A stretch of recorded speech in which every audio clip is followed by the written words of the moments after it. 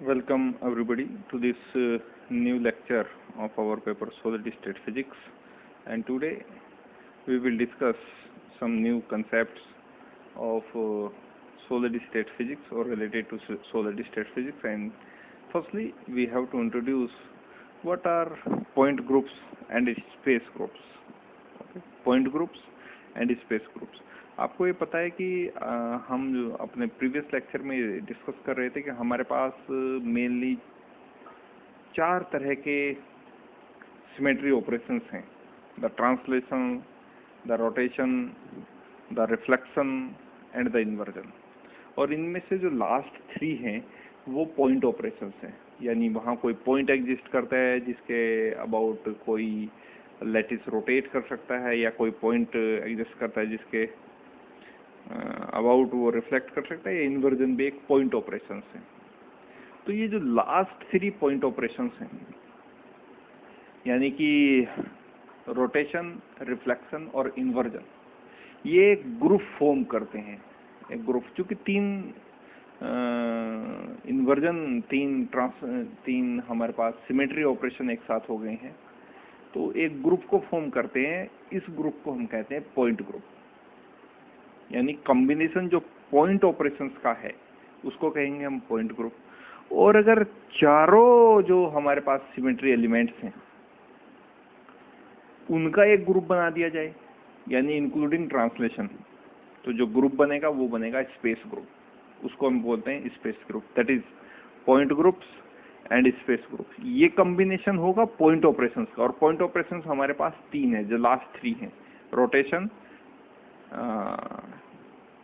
Reflection and inversion. और space group जो चारों जो मेरे पास सिमेट्री एलिमेंट्स है including translation, that is translation, rotation, reflection and inversion, ये उनका ग्रुप है। अब इनका काम क्या है इन ग्रुप्स का? ये किसी भी सर्टेन सिमेट्री एलिमेंट्स की डिटरमाइन, उसकी जो पोजीशन है, उसका जो स्पेस में पोजीशन है, उसकी जो लोकेशन है, उसको डिटरमाइन करने के काम आता है, यानी सिमेट्री को डिफाइन करने के काम आता है। कोई भी लैटिस पॉइंट है स्पेस में, आपको जानता है कि स्पेस लैटिस क्या है? एक इंडेफिनिट रिपीटेशन है, रेगुलर अरेंजमेंट है, infinite number of imaginary points का। तो किसी भी एक पॉइंट का अगर लोकेशन आपको पता करना है तो वो आपके लिए काम कर देगा पॉइंट ग्रुप। और स्पेस में अगर देखना है तो आपको इन चारों की वहां मदद लेनी पड़ेगी, या इन 4 में से जो कॉम्बिनेशन वहां बनेंगे, तो इन्हीं को हम कहते हैं point groups and space groups. इनकी कुछ लिमिटेशंस हैं, कुछ संख्या लिमिटेड है, उनको बारे में हम डिस्कस कर लेते हैं। So let us start this point groups and space groups. We have seen that there are mainly 4 types of symmetry operation: translation, rotation, reflection or inversion. Okay, the last 3 operations are point operations, as I discussed, and their combination gives certain symmetry elements which collectively determine the symmetry of space around a point. Space में किसी भी point की जो symmetry है उसको determine करने के लिए मेरे पास ये 3 पॉइंट ऑपरेशन से, इन्हीं के ग्रुप को हम पॉइंट ग्रुप कहते हैं। The group of such symmetry elements around a point is called as point group. Okay, in 2 dimensional space rotation and reflection are only the point operation. 2 dimensional space होगा तो केवल rotation और reflection ही वहां point operation होंगे। Their combination yields 10 different point groups. ये हम discuss करके हैं: 1 1m, 2 2mm, 3 3m, 4 4mm, 6 6m. Five-fold rotation is not possible. In 3 dimensional space जब इन्वर्जन को भी, क्योंकि आपको ये पता है इन्वर्जन केवल 3 डायमेंशनल लैटिसेस के लिए ही अप्लाई होता है, तो जब 3 डायमेंशन में बात करें तो इन्वर्जन भी इनके साथ लग जाएगा, रोटेशन और रिफ्लेक्शन के साथ। However, in 3-dimensional space, however, the situation is different due to the presence of additional point group, which is inversion. Such as inversion, there are total 32 point groups in 3-dimensional lattice. 32 point groups हैं। और point group हो या space group हो, काम किस लिए आता है? किसी भी एलिमेंट के अराउंड उसकी सिमेट्री कैसी है, उसको डिस्कस करने के काम आता है, उसको स्पेसिफाई करने के काम आता है। तो ये तो बात हुई पॉइंट ग्रुप के बारे में। अब स्पेस ग्रुप क्या है? The group of all the symmetry elements. All the symmetry elements means including translation symmetry of a crystal structure is called space group. Okay, there are 17 and 230 distinct space groups possible in 2-dimensional and 3-dimensional respectively. तो space group की जो संख्या है 2-डायमेंशनल। ऐसे questions examination में, तो MSc examination में तो मैं नहीं कहूँगा कि एमएससी एग्जामिनेशंस में आपको कुछ इस तरह की what is point group, what is no. हाँ, examination competitive examination point of view से वो कभी कभी पूछ लेता है कि 3-डायमेंशनल में स्पेस ग्रुप का नंबर कितना होता है, दैट इज 230। तभी एक नंबर का क्वेश्चन कभी नेट के एग्जाम या गेट के एग्जाम में आप देख सकते हैं इस तरह का। वैसे केवल आपको ये पता होना चाहिए कि पॉइंट ग्रुप और स्पेस ग्रुप क्या होते हैं। पॉइंट ग्रुप कॉम्बिनेशन तो लास्ट 3 पॉइंट ऑपरेशंस का, यानी कि combination of rotation, reflection and inversion. और 2-डायमेंशनल में तो रोटेशन और रिफ्लेक्शन ही होंगे क्योंकि इन्वर्जन वहाँ काम नहीं करता। इन्वर्जन केवल 3-डायमेंशनल लैटिसेस के लिए एप्लीकेबल है। तो 2-डायमेंशनल में उनका कॉम्बिनेशन 10 डिस्टिंक्ट ग्रुप हमें प्रोवाइड कराता है और 3-डायमेंशनल में वही संख्या 32 हो जाती है। और स्पेस ग्रुप की संख्या 2-डायमेंशनल में 17 है और 3-डायमेंशनल में 230 है। और स्पेस ग्रुप है वो चारों जो सिमेट्री एलिमेंट्स हैं उनका ग्रुप है, और पॉइंट ग्रुप है वो लास्ट 3 जो हमारे पास पॉइंट ऑपरेशन है उनका ग्रुप है। Okay, so this is all about the point groups and space groups. Okay, अब हम बात करते हैं टाइप ऑफ लैटिसेस। यहाँ से हमारा मेन काम अब शुरू होने जा रहा है। ओके, जैसे हम लैटिसेस के बारे में डिस्कस करेंगे, टाइप्स ऑफ लैटिसेस के बारे में डिस्कस करेंगे, फिर हम थोड़ा सा डायरेक्शंस के बारे में सोचेंगे कि लैटिस डायरेक्शन या इंटरप्लेनर स्पेसिंग क्या होती है, और वहाँ से फिर हमारे पास जो सिलेबस का हमारा हिस्सा है, simple cubic crystal structure, body centred cubic structure या फेस सेंटर्ड क्यूबिक स्ट्रक्चर, इस तरह के जो सिंपल क्यूबिक स्ट्रक्चर्स हैं वो हम वहाँ से स्टडी करना शुरू करेंगे। वो हमारा मेन काम है, पर ये बेसिक नॉलेज है जो आपको एक्वायर करनी चाहिए before starting the main syllabus. Type of lattices. अब लैटिस, आप स्पेस लैटिस पढ़ के आए हैं। स्पेस लैटिस क्या है? एक infinite number of imaginary points का एक रेगुलर अरेंजमेंट है। रेगुलर अरेंजमेंट है, हमें नहीं पता वहाँ कितने इनफाइनाइट नंबर, कितने इमेजिनरी पॉइंट्स है, एक रेगुलर अरेंजमेंट है infinite number of imaginary points का। तो वहाँ जो लैटिसेस हम ड्रॉ कर सकते हैं, जो यूनिट सेल्स आप इसे कह सकते हैं, यूनिट सेल्स हम, वो प्रिमिटिव भी हो सकते हैं, नॉन प्रिमिटिव भी। आपको पता है 2 तरह के यूनिट सेल्स हो सकते हैं, प्रिमिटिव और नॉन प्रिमिटिव। प्रिमिटिव भी हो सकते हैं, नॉन प्रिमिटिव भी हो सकते हैं, that is not the problem. वो कितने होंगे? तो वो है टाइप्स ऑफ लैटिसेस। 2-डायमेंशनल में कितने हो सकते हैं, 3-डायमेंशनल में कितने हो सकते हैं पॉसिबल, उसके बारे में हमें यहाँ डिस्कस करना है। ओके, पहले हम 2-डायमेंशनल लैटिसेस के बारे में डिस्कस करेंगे और फिर हम 3-डायमेंशनल लैटिसेस के बारे में डिस्कस करेंगे और कुछ फिगर्स भी आपको ड्रॉ करके बताएंगे। Okay, the number of point groups in 2 and 3 dimensions are 10 and 32 respectively. Okay, these point groups form the basis for construction of the different types of lattices. Okay, only those lattices are permissible. Look at this, only those lattices are permissible which are consistent with the point group operations. तो point group operation के साथ permissible होंगे केवल वही lattices allowed होंगे। सच lattices are called ब्रावियस lattices. Okay, in lattices को हम ब्रावियस lattices कहते हैं। अब ब्रावियस लैटिसेस के बारे में हम पढ़ेंगे। There are 10 and 32 point groups in 2 and 3 dimensions produce only 5 and 14 distinct Bravais lattices respectively. तो 2-डायमेंशनल में जो ब्रावियस लैटिसेस की संख्या है वो 5 है और 3 डायमेंशनल में जो ब्रेवियस लैटिसेस की संख्या है वो 14 है। कौन कौन से होंगे? 2 डायमेंशनल लैटिसेस। 2 डायमेंशनल लैटिसेस क्या हो? The 4 crystal system of 2-dimensional space are oblique, rectangle, square, hexagon. The rectangular crystal system has 2 Bravais lattices, rectangular primitive and rectangular centered. Rectangular he body है, लेकिन जो लैटिस पॉइंट का situation है वो अलग है, इसलिए 2 डिफरेंट टाइप्स में उसको दिखाया गया। ये ऑब्लिक है, ये 2 डायमेंशनल लैटिसेस हैं। 2 dimensional lattices. First is oblique. Oblique is when A does not equal to B. This A and this B does not equal to B, and gamma does not actually. Gamma is not equal to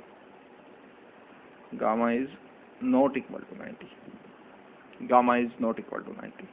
okay दूसरा जो मेरे पास 2 dimensional में lattice है वो rectangular primitive है। इसमें आप जानते हैं रेक्टेंगुलर शेप के बारे में आप सब लोग बहुत अच्छे से परिचित हैं। A is does not equal to B and gamma is equals to 90 in this case। आप जानते हैं ये जो एंगल है वेक्टर A और वेक्टर B के बीच में वो 90 डिग्री, तभी रेक्टेंगुलर फॉर्म होगा। और इसको, इस लैटिस को मैं कह रहा हूँ रेक्टेंगल प्रिमिटिव। प्रिमिटिव क्यों? क्योंकि एक प्रिमिटिव यूनिट सेल है। इसमें जो लैटिस पॉइंट की सिचुएशन है वो केवल कॉर्नर्स पे है। ये देखिए यहाँ भी लैटिस पॉइंट की जो सिचुएशन है केवल कॉर्नर्स पे है। ओके और जो तीसरा मेरे पास लैटिस है 2 डायमेंशनल में वो रेक्टेंगुलर सेंटर्ड है। रेक्टेंगुलर सेंटर्ड है यानी इसमें जो लैटिस पॉइंट का सिचुएशन है वो कॉर्नर्स पे तो है ही, इन कॉर्नर्स पे तो है ही, यहाँ है, यहाँ है, यहाँ है, यहाँ है, इनके साथ साथ एक सेंटर पे भी लैटिस पॉइंट है, एक सेंटर पे भी लैटिस पॉइंट है। इसीलिए इस लैटिस को हमने कहा है रेक्टेंगुलर सेंटर्ड। सिचुएशन वही है, A doesn't equal to B and gamma equals to 90. The angle between the vector A and vector B is 90 degree। तीसरा मेरे पास स्क्वायर यहाँ शेप है, जो आप जानते हैं स्क्वायर शेप का A is equals to B, the magnitude of vector A and the magnitude of vector B is equals to each other and gamma equals to 90. Again the angle between the vector A and vector B which forms this lattice is 90 degree. And situation of lattice points is only on the corners. That's why it is you can say it as square primitive unit cell. Hexagonal, A is equals to B, vector A, the magnitude of vector A is equals to the magnitude of vector B, and gamma equals to 120 degree. This angle between those two vectors is 120. The situations of the lattice point is only onto the corners of this lattice. Okay, these are 5 possible lattices in 2 dimensionals. In 2 dimensions. These are 5 possible lattices in 2 dimensional system. Okay.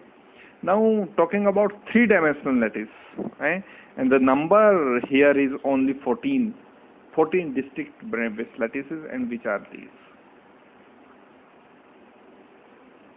This is crystal system and Bravais lattice in 3 dimensional. 3 dimensional में कौन कौन से हैं? तो 3 dimensional में इनका एक pattern भी है याद रखने का, तो उसके बारे में हम बाद में डिस्कस करेंगे। पहले हम डिस्कस कर लेते हैं कि कौन कौन से लैटिसेस हैं जो पॉसिबल हैं। तो पॉसिबल लैटिसेस ये हैं, क्यूबिक है, टेट्रागोनल है, ऑर्थोरोम्बिक है, मोनोक्लिनिक है, क्रिस्टल सिस्टम का नाम है। Monoclinic, triclinic and trigonal. Okay अब इसके जो पॉसिबल ब्रेवियस लैटिस है, क्यूबिक सिंपल क्यूबिक भी हो सकता है, cubic body centred cubic and face centred cubic. Tetragonal 2 तरह का है, simple tetragonal and body centred tetragonal. Orthorhombic 4 तरह का है, simple orthorhombic, body centred orthorhombic and centred orthorhombic and face centred orthorhombic. Okay monoclinic भी 2 तरह का है, simple monoclinic and centred monoclinic. Triclinic केवल सिंपल है, यानी simple triclinic. It is also trigonal is simple trigonal and hexagonal is also simple hexagonal. So let us count these. 1 2 3 4 5 6 7 8 9 10 11 12 13 14. That is total 14 distinct Bravais lattice are possible in 3 dimension. Okay. Cubic system की अगर बात करें, simple cubic system की अगर बात करें, तो आप ये जानते हैं कि जो आर्म्स हैं सिंपल क्यूबिक सिस्टम में वो a equals to B equal to C रहते हैं, और जो एंगल्स हैं alpha equals to beta equals to gamma equals to 90 degree, ये उन तीनों आर्म्स के बीच के एंगल है. यानी म्यूचुअली ऑर्थोगोनल एक्सिस हैं उसके ऊपर आप सिंपल क्यूबिक स्ट्रक्चर को ड्रॉ कर सकते हैं. ये सिंपल क्यूबिक स्ट्रक्चर यहाँ ड्रॉ करके दिखाया भी गया है. ये सिंपल क्यूबिक स्ट्रक्चर है. इसको आप कहीं भी यहाँ 3 डायमेंशनल एक्सिस को सपोज कर दे सकते हैं और सिंपल क्यूबिक स्ट्रक्चर को ड्रॉ कर सकते हैं. ठीक है. अब सिंपल क्यूबिक स्ट्रक्चर में 3 स्ट्रक्चर पॉसिबल है. Simple cubic, body centred cubic, ये बॉडी सेंटर्ड क्यूबिक है, और तीसरा है मेरे पास फेस सेंटर्ड क्यूबिक. ये फेस सेंटर्ड क्यूबिक है. यानी यहाँ जो पोजीशन है सिंपल क्यूबिक क्रिस्टल स्ट्रक्चर में, केवल जो लैटिस पॉइंट हैं वो ये लैटिस पॉइंट्स या एटम्स, अब मैं क्योंकि क्रिस्टल स्ट्रक्चर के बारे में हम बात कर रहे हैं तो अब इन्हें एटम्स में कह सकता हूँ. और जब तक हम लैटिस के बारे में एक्चुअली बात करते हैं तो लैटिस के साथ जब तक बेसिस ना मिल जाए तब तक हम उसे क्रिस्टल स्ट्रक्चर नहीं बोल सकते. ये बात आपसे डिस्कस की भी थी पहले. इसलिए जब तक मैं इनको लैटिस के बारे में डिस्कस कर रहा हूँ तो मैं इनको क्रिस्टल स्ट्रक्चर कहने से बचता हूँ. ओके.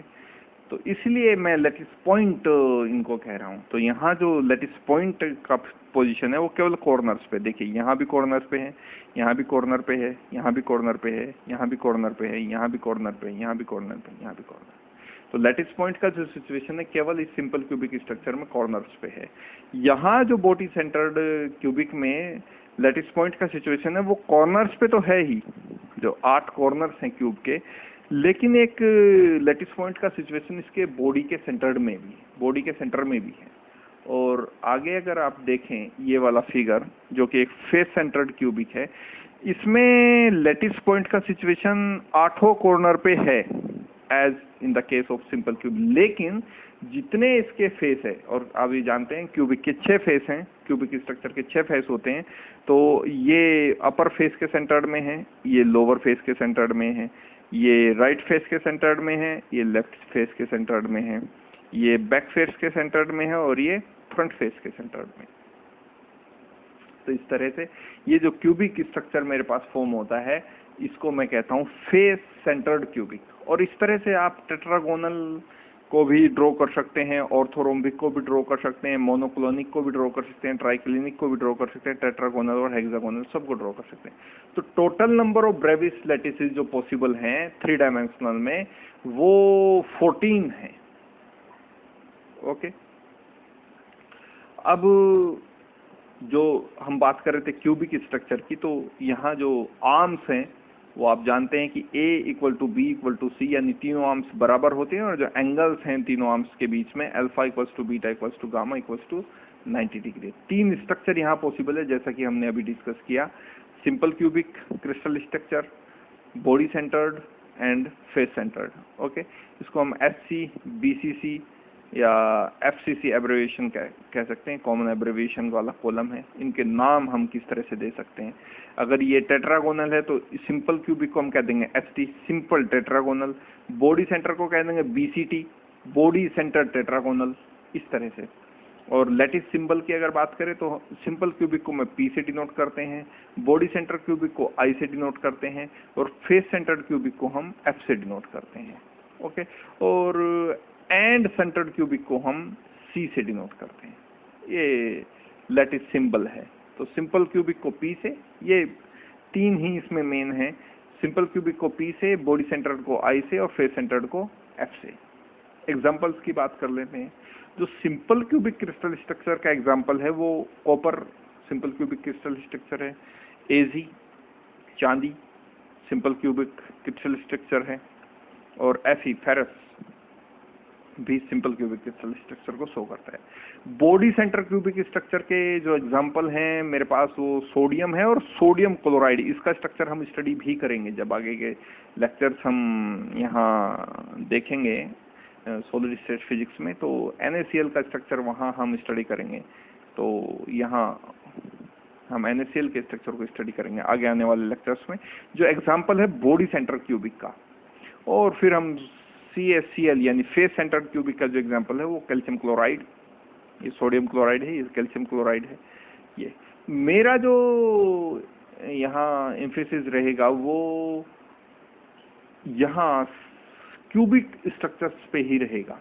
हालांकि कई केस में हम हेक्सागोनल क्रिस्टल स्ट्रक्चर को शायद एक दो जगह, या डायमंड का जो स्ट्रक्चर है उसको हम ड्रॉ करें, लेकिन मैं आपको बताऊं तो मेरा जो पूरा एम्फेसिस रहेगा वो यहाँ रहेगा,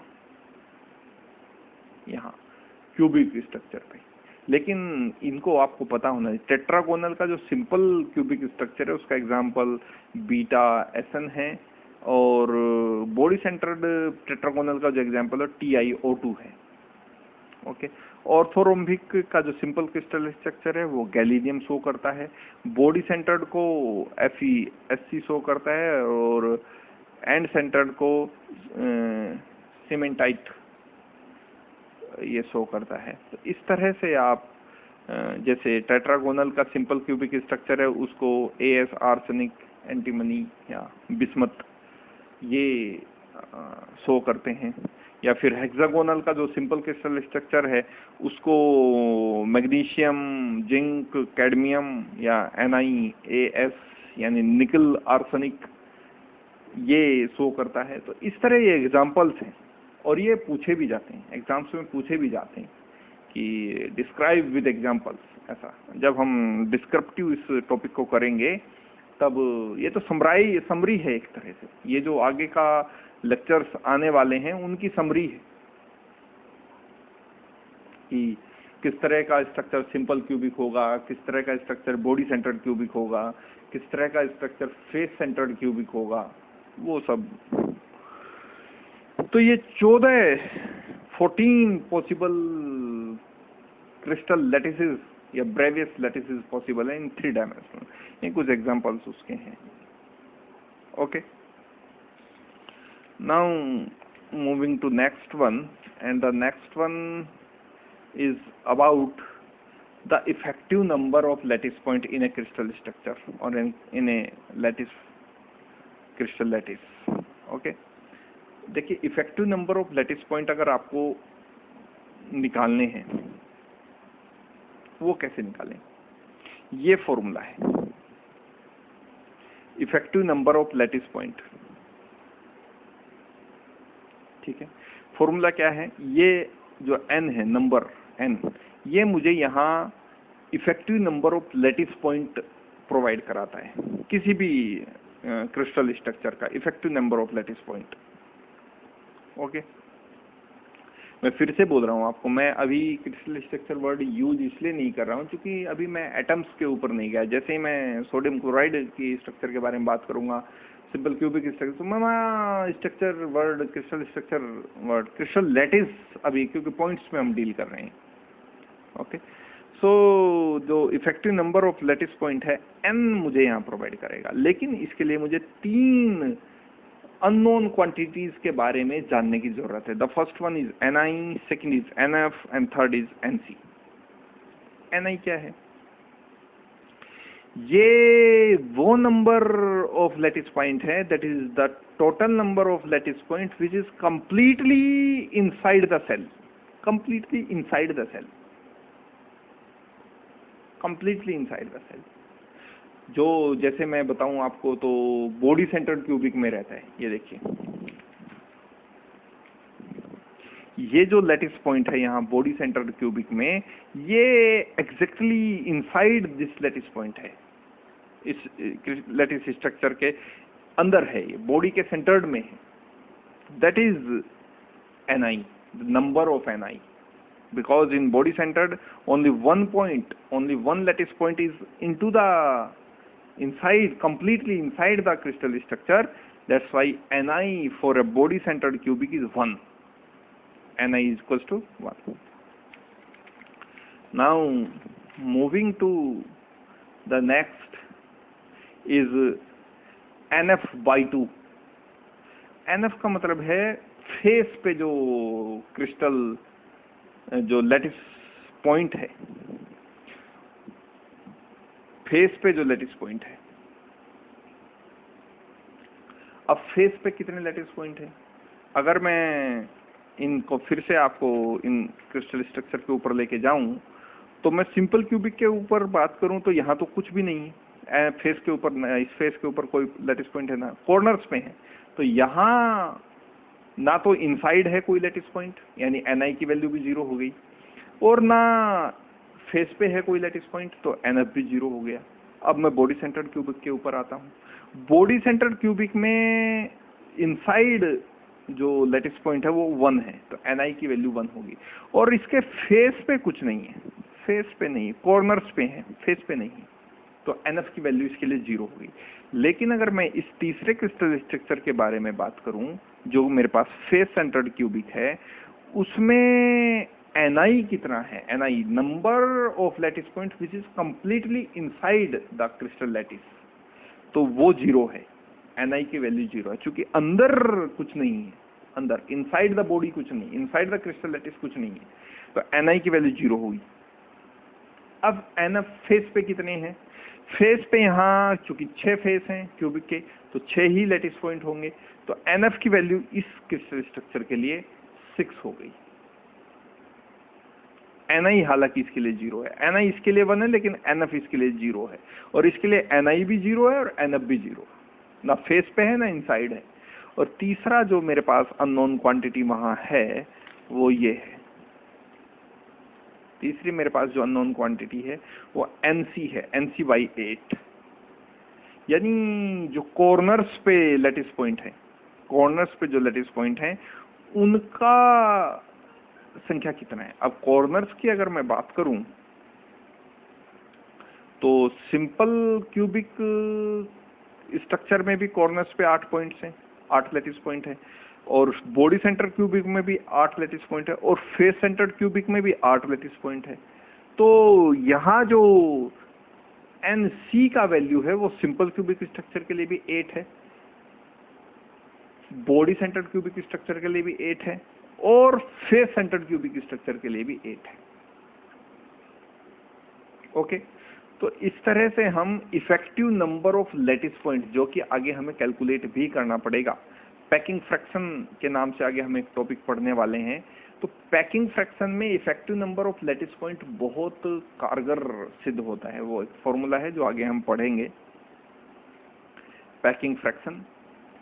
ठीक है, तो इस तरह से ये जो फॉर्मूला है ये मुझे प्रोवाइड कराता है this number n is the effective number of lattice point, this effective number of lattice point, Ni the number of lattice point which is completely inside the crystal lattice, NF the number of lattice point which is at the surface of the crystal lattice, and NC is the number of lattice point which is at the corner, C for corner, F for face, I for inside, number of inside lattice point, number of lattice point at the face, number of lattice point at the corner, and NF is divided by 2 and NC is divided by 8।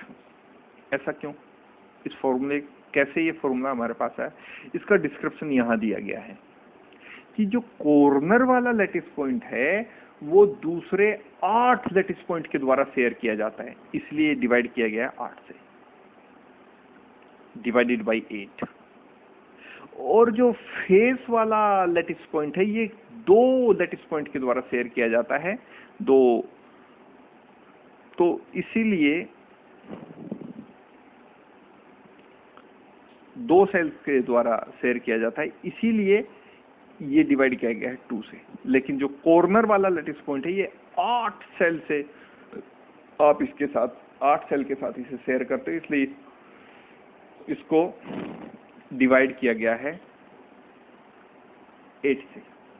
Okay, ये description यहाँ दिया गया है। Okay, now अगर आप calculate करें simple cubic के लिए, अब सिंपल क्यूबिक क्रिस्टल स्ट्रक्चर के लिए number of inside lattice point कोई नहीं, 0, ये नंबर 0 हो गया। Number of lattice point at the face कुछ नहीं, 0 हो गया। Number of lattice point at the corner, हाँ वहां है, और वो नंबर 8 ही है। सो 8 divided by 8 is gives you 1। So number of lattice point, effective number of lattice point for simple cubic crystal structure और simple cubic crystal lattice is equal to 1। अब body centred के लिए कैलकुलेट करते हैं। Body centred के लिए, जो body centred cubic crystal structure है हमारे पास, उसके लिए effective number of lattice point क्या होगा, Ni इनसाइड 1, क्योंकि एक बॉडी सेंटर में इनसाइड रहता है लैटिस पॉइंट। फेस पे कितना है, 0, ये नंबर 0 हो गया।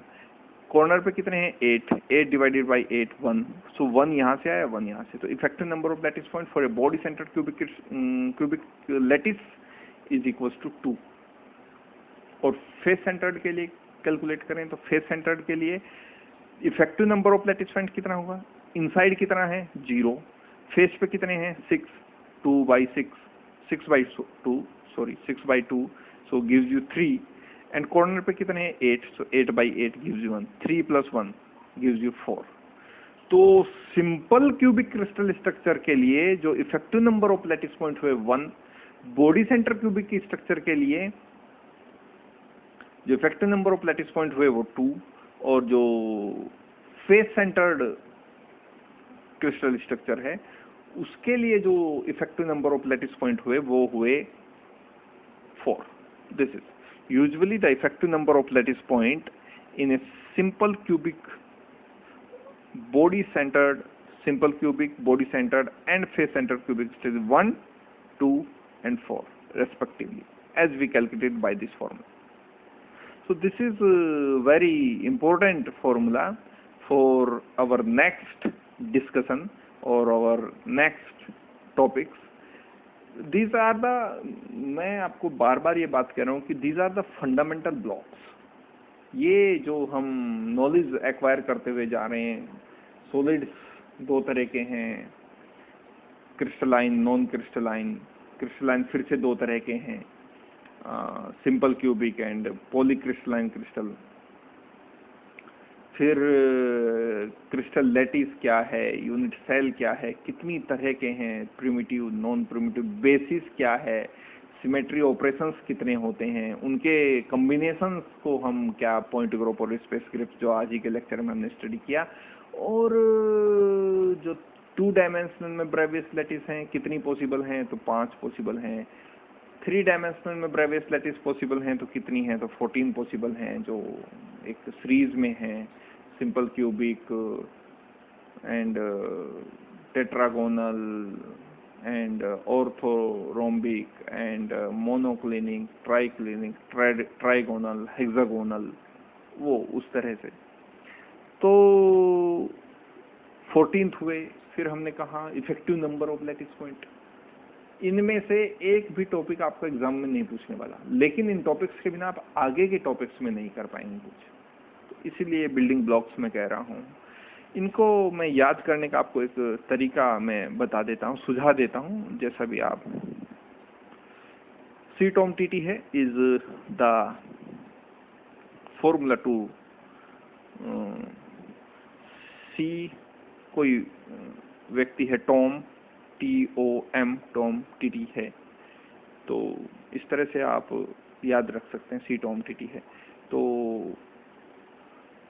This is the formula and the logic is this कि जब आप क्यूबिक स्ट्रक्चर को देखें तो आप यहाँ लिखते हैं A equal to B equal to C, alpha equal to beta equal to gamma equal to 90 degree. Okay, अब आप पहले से कट करना शुरू करें। C को कट करें, C को कट किया, बाकी सब एक जैसा, बाकी सब एक जैसा।